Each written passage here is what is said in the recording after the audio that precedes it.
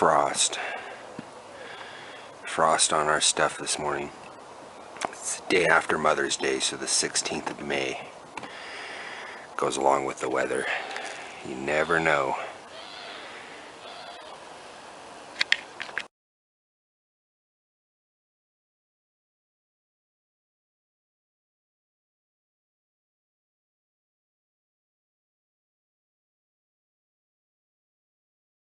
Hello everyone, welcome back to Garden Fever. And today I wanted to bring you an episode kind of as a continuation of the one I did, I don't think it was last week, but the weekend before, about the top 5 most destructive things in your garden.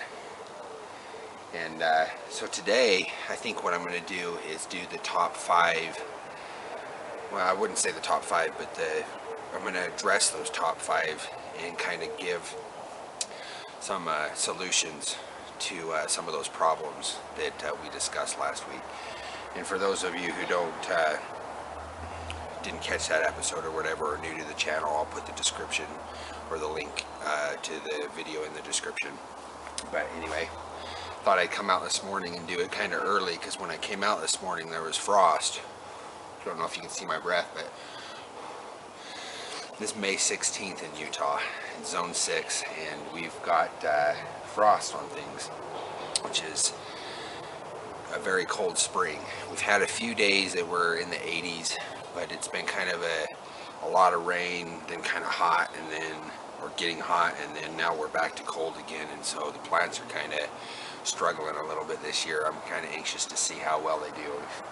I put my tomatoes out over the weekend, and then we hit, I think it was just over 40 degrees this morning.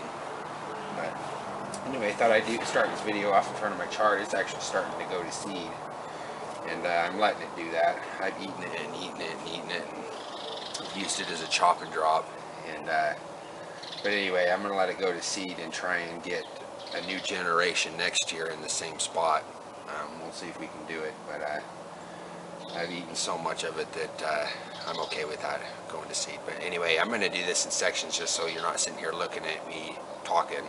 So I'm going to show you some of my plants that are doing a little bit better this spring, that are not being as affected by the weather.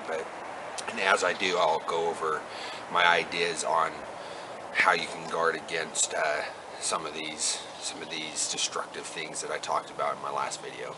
So anyway, back to it.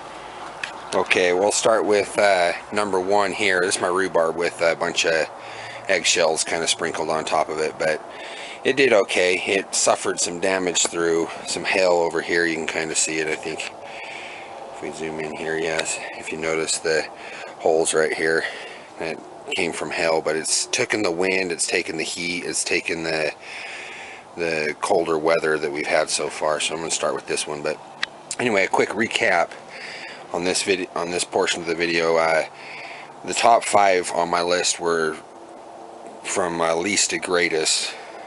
Was number 5 being general care, and that's the one I'll do on this section of the video. General care is basically people making mistakes as far as like not putting it in the right place for the amount of sun it needs, or not knowing how much water it needs to take, not knowing how to prune it or deadhead it or things like that. So general care is destructive to your plants. So education is a solution. Just, you got to learn the plant. Each plant they all kind of fall under certain categories, but you take care of them. They all have like a unique way of being taken care of. And once you figure that out, you just go to each plant and check off like how much sun, how much water, how much shade, things like that. And then once you check off that list, you've got the basic idea of how to grow it. Just having that basic knowledge is the first step in fighting general care destruction, if you will. Go to the greenhouses and look at what they're selling. Don't grow anything that you don't know can grow in your area. Look at the greenhouses and the nurseries and stuff in your neighborhood, and see what they're selling inside and not for outside. And those are the kind of plants that are going to most likely grow in your area. They've already done their homework. They're not going to sell people plants that aren't going to grow in the area that they live in. So that's one way you can kind of get an idea of the type of plants that can grow in your area, and you can check that off of your list. Be patient, learn to fail. You are going to kill some plants if you're a beginner gardener. As you just get into this, you're going to think you understand a plant and then you're going to kill a few. It's okay. Don't be discouraged. This happens to the best of us. No matter how many plants I've grown or how long I've grown them, I always lose some here and there. It's just inevitable, so don't be discouraged by it. Okay? Anyway, we're going to move on to the next one. For the second one, I'm going to show you guys my peonies. It's a flower, and that little red ball you see right here is going to be the flower. It's still early spring, so they're not quite bloomed yet, but the plant's doing really well this year. I'm excited about it. I'll get it a little further out so you can see. So I've got a good start on it. But anyway, the second one I had on my list, not second, I guess it would be the fourth one. The fourth one on my list is weather. And as I said earlier with the rhubarb, with the hailstorm, we've had major winds. I've had some cucumbers that were hit hard with winds right after I put them out. We had nice weather. It was, 70 degrees during the day, 50 at night. And so I thought, okay, maybe I can get them out. And then we got hit with these winds. And then now this morning I woke up to frost. So weather is a big deal. It will mess up your plants. You put a warm weather crop out and get hit with a late frost, it'll hurt them. There's droughts, there's tornadoes. I could go on and on and on. The weather is very destructive to your plants, so you need to kind of be mindful of it. That's my first advice towards it, is just check the weather. Just kind of have a third eye, if you will, pointed to the weather at all times, and kind of understand that your plants are more delicate. And if the winds are blowing 70, 80, 100 miles an hour, obviously that's going to hurt your plants. So you're never going to be able to protect them 24/7, 365 days a year, unless they're inside a greenhouse, which is one way you can protect them, is by putting them indoors. But if you're not able to do that and you're growing them outside, you can cover your plants temporarily. Like if I had known that we were going to frost last night, I didn't. I probably would have taken some trash bags or something and covered my tomatoes and various warm weather crops that were affected by that this morning. So that's one thing you can do. You can cover them. Make sure you harden them off, which is a big mistake that I see a lot of people. They just go to the nursery, they see a bunch of starts, and they just go home and they go right out in their backyard and put the starts in the ground. You're more than likely going to lose some that way. They're not acclimated. They're used to being grown indoors. So make sure you set them outside a couple times for a few days and bring them indoors and go in and out for a few days to kind of condition them or acclimate them to being outside. So I think that's another one that you need to do. And by doing that, it'll kind of toughen the plant up so it can take a little bit more weather. You can stake and trellis them. There's a huge amount of ways you can do that. So I'm not going to get into the ways you can trellis in this video, but just by trellising them, it kind of holds them in position so that they're not flopping around in the wind and they don't break as easy. And you can use other plants to shield them. That's another thing that you can do. You can grow them in the protection of another plant so that the other plant kind of gives it a windbreak or whatever, So anyway, that's the next one. That's number 4. We'll be back with number 3. So we're back. It might be kind of hard to see in this shot. I'll pick a leaf and bring it up, but this was hit. Where the problem that I ran into with these are spinaches inside of a pot that I'm growing. Where I ran into my issue is we had a few weeks in April where it rained every day. We got no sun and it completely drowned. So I started getting leaf rot. Let me show you.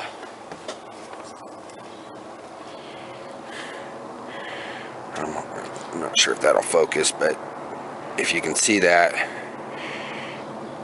I'm not a very good cameraman, but anyway, if you can see that, that's leaf rot. I'm some sort of diseased, and I started running into that problem because of the weather. So That's just another example. But let me show you this over here to these guys. Yeah, look at those. Those are beautiful. Those are onions, and I'm gonna let them go to seed. And then when I see little black dots in all those puff balls, I'm going to shake them out down below and then thin the adults out, chop them all up and use them as mulch or compost, and then leave a few of them. I'll leave probably 4 or 5 of them for next year. And that's how I have onions never ending, and I did a video on that for those of you who haven't seen that one. I'll put that link in the description as well. But part 3 is pests, and that's where we're at right now. Pests and disease for plants. Those are the next most destructive thing. And when I say pests, I mean insects, and I also mean animals like deer and various things. Everybody who's had a garden knows that pests are very present, they're very real, and they very well can hurt your crops and your gardening and your vegetables and blah blah blah. Everybody knows that. And there is a huge, really what that boils down to is, when it comes to shielding your plants against pests, you need to identify what pest is attacking your stuff.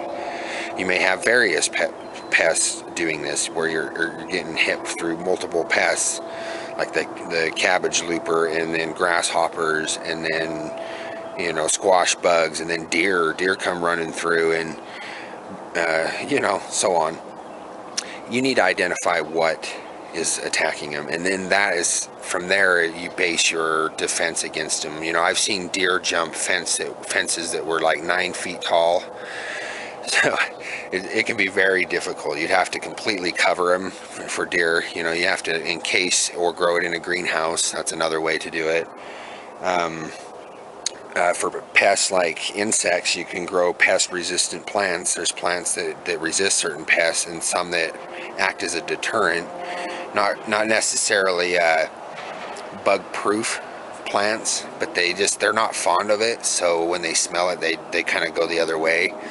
But it doesn't mean that they're not going to get through and get to your plant still. There's pesticides. I prefer the all-natural way, which makes it harder because anybody can go in and nuke their garden with pesticides and kill everything. That's the easiest solution, but not necessarily the wisest one, in my opinion. But it is available, and for those of you who don't think it's feel differently about it, that is an option, is pesticides. Around the base of the plants, I don't know if you can see here, maybe I'll show you on this tomato. It's looking pretty rough too because of our strange weather this year, but if I'll show you down here at the bottom, keeping the base of the plant clean around the base, like if you removed all of that, and you can have mulch a distance away from it and around it to protect the soil and whatnot, but if you keep around the base clean, it will make it harder for bugs to get up to the fruits or the leaves or whatever. And it also keeps the leaves off the ground, which can keep the leaves from picking up, diseases from the soil. So that's kind of why you want to do that. That's something you can do as far as pests or diseases in that direction. I mean, there's lots of ideas, lots of YouTube videos, like I was telling everybody. So, just a few. Oh, like slugs. Here's another one. Sorry. Slugs. You can use eggshells, which is just a deterrent, but I think that they aren't that fond of it. But you can also use copper rings around the base of your plants. I've used plastic cups. I've got a different video that I'm going to do on that, because I'm not really fond of the plastics either, but they're cutting a plastic ring around the base of your plant when it's first sprouting prevents the slugs from getting to them. It works. I'm definitely fond. It's done it every time for me. So education. You have to educate yourself. And coffee grounds on the soil repels. There's neem oil. You can neem oil your leaves and kind of protect your leaves and stuff. That's an option. So these are all ways to protect against pests, which is the third one. I'll be back with I'm fourth. back with the second one, not the fourth one. I can't seem to get that straight. Sorry, guys, but I have a feeling you understand what I mean. But anyway, the second most destructive one is pets and animals. Now, pets don't know better, and they will destroy your garden. So the cats will dig in it and use the restroom. Deer will jump into your yard and eat your garden. Dogs will run around in it and roll in it. They don't know what starts are. They don't know that they're more delicate. They just do whatever. And so you got to guard against pets and animals, and you can do that by fencing off. You can do that by training them. You can use hot pepper powder in your soil, and that'll keep cats out. However, it backfires on the number one most destructive thing, which I haven't gotten to yet, so I'll explain that later. But a squirt gun works good for cats, just so you know. Get a super soaker, and every time you see them in the garden, squirt them with it, and they learn it. They don't like, for those of you who know cats, they do not like to be wet, so they start to associate the garden with getting wet, and they kind of will learn to steer clear from it, and learn not to mess with it, and then they don't get squirted. But you also have to understand that that they don't understand that there's something special about the plant, and that they can't treat it like they do all the other plants. And then you can use them to help them. Yeah, see, like take a dog for example. You can use a dog to chase off deer or other pests, or neighborhood cats from getting into your garden. So you can actually train your dog. So that's one way to use a pest to your advantage, where your dog's no longer a pest. Now he's keeping your garden free from it. So that's the number two most destructive. I wanted to show you this plant too. This is the comfrey. I've actually already chop and dropped this spring. It's doing amazing. I'm really excited about it. If you can see down here, there's a bunch of severed stems, and I've already chopped and dropped it, and it's already within like a week and a half. We've got like tremendous leaf growth. I'm so excited. I'm going to cut that thing all summer long and just spread it around everywhere. I'll be back with the number one most destructive. I'm back here to talk to you about the number one most destructive thing, or in my opinion, in my experience, and that's kids. Oh my goodness, my kids are like Godzilla in my garden. They're breathing fire, they're knocking down things and buildings in their eyes, and they are getting better. I have a son that's 2 and a daughter that's 1. Well, 1 in 5 months and 2 in 5 months, but that's irrelevant. But anyway, they're fascinated by the garden. They see my trellises and want to play with them. They pour. I've seen them pour pop in my plant pots. Kids are absolutely destructive, especially for the first few years. After a while, most kids are going to learn not to hit your flowers with the hockey stick or whatever they do. They're going to learn. So it's only really in the first, I would say, 5 years of the kid's life where you're going to run into this. But if you are having kids, they are going to hurt your garden unless you and your plants, unless you protect them. And a lot of it comes with patience. A lot of it comes with just understanding that they're young. You can teach them the plants. Go around and show them to them, and let them know that you're growing them. Let them know that it's alive, that you're wanting it to stay alive, that kind of thing. Fencing works real good outside. Just fence off your garden and put a gate on it. If you can't afford to do that, it's going to be a lot more difficult for you to. And that goes back to the second most with pests, when I was talking about the hot pepper powder in your soil. That works really good for cats. Some people think it's kind of mean. It's not really. They come up and they get one whiff of that, they smell it, maybe stick one paw in it. They will never do that again. They learn real quick that is not something that they like. So if their discomfort is just in a moment in the very beginning, and then they learn. But that backfires because kids will play in the dirt, and they won't realize that there's chili powder in it until after they start feeling the effects. And by then you're too late. The rest of the day is ruined because it will destroy their lives. If a 1-year-old, 2-year-old kid gets pepper powder all over their hands and face and in their eyes, your day is ruined. That's what it boils down to. So one works for one but not the other, if that makes sense. So you got to kind of think about what you're doing when it comes to how you garden your plants, and you do by just identifying the problem. I think that's the number one thing that you need to learn. You gotta realize what it is that is causing the damage to your plant, and then you take that and educate yourself on that destructive thing, and that's how you guard against it. Anyway, to end this video, I wanted to show you the chives. I got some chives in my garden. I haven't really harvested from these. I just let these go to seed. And that's what the purple flower is. And I will shake those off and put those back into the pot to regrow new generations of chives. The one up on my deck is the one that I use the most. But anyway, to close off, I'll show you my kids' stuff.